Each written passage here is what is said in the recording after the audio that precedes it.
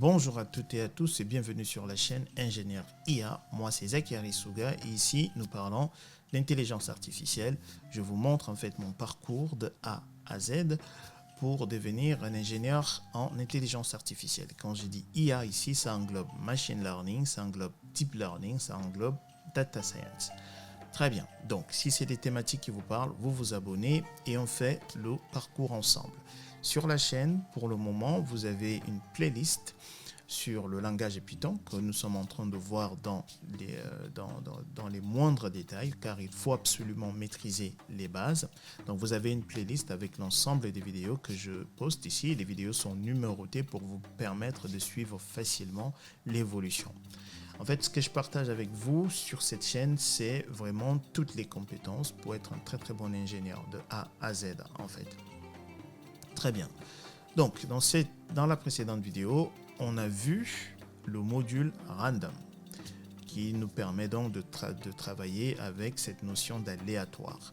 Car l'aléatoire est très très important lorsqu'on fait du machine learning, du deep learning ou de la data science. Donc ici, nous allons voir le module statistique. Donc, pour cela, on va faire import et on va appeler le module statistics as, voilà, S. Vous n'êtes pas obligé de faire le as S, hein. C'est simplement, moi, je ne veux pas taper statistique chaque fois.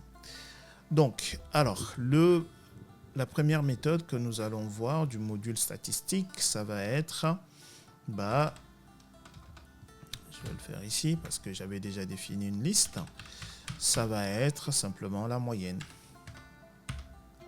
Voilà, donc je lui donne LST et du coup on va utiliser plutôt ce bouton là, Run, pour exécuter notre script. Et du coup il me dit la moyenne c'est 6,28 et des poussières. Ok, très bien. Et après, ce qu'on va voir après la moyenne, on va voir la médiane. Ok. La médiane, c'est quoi? C'est la valeur centrale d'un ensemble de données. Alors, il faut faire attention parce que la médiane, pour trouver la médiane, en fait, on doit d'abord avoir nos valeurs là, nos entiers là, en ordre. Ça veut dire quoi? Ici, la plus petite de valeur, c'est 2. Après, c'est 3. Après, c'est quoi? Après, c'est 6. Après, c'est 7. Après, on a 8. Après, on a 8. Après, on a 10.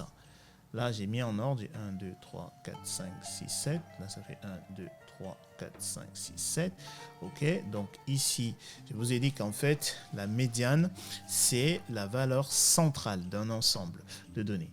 Donc, ici, j'ai quoi? J'ai 3. J'ai 3 ici. Donc, du coup, il va nous retourner 7.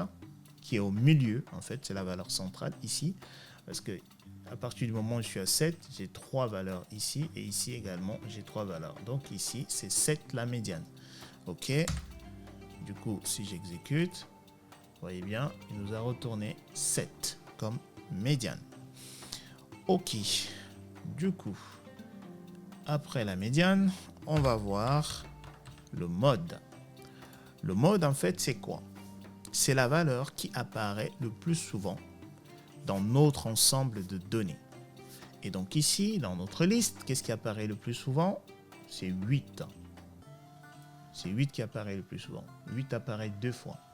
Donc il va nous retourner 8. C'est ça le mode. OK. Du coup, après, on va voir quoi? La variance. OK. Donc, la variance, c'est quoi? La variance, c'est simplement, en fait, la moyenne des carrés, des écarts de chaque valeur par rapport à la moyenne. Bon, il faut le calculer. Mais bon, c'est ça la variance. Donc, du coup, ici, Python va nous calculer cette variance-là. Et il nous dit c'est du 8,23. OK. Et après, une autre méthode qu'on va souvent utiliser, c'est l'écart type. Donc, notre écart type, c'est simplement la dispersion. À partir du moment où on a calculé, en fait, on a la moyenne. L'écart type, en fait, permet simplement de mesurer, de calculer la dispersion des données par rapport à la moyenne. Donc, du coup, si on exécute ici, il nous dit l'écart type, c'est 2,87, etc., etc.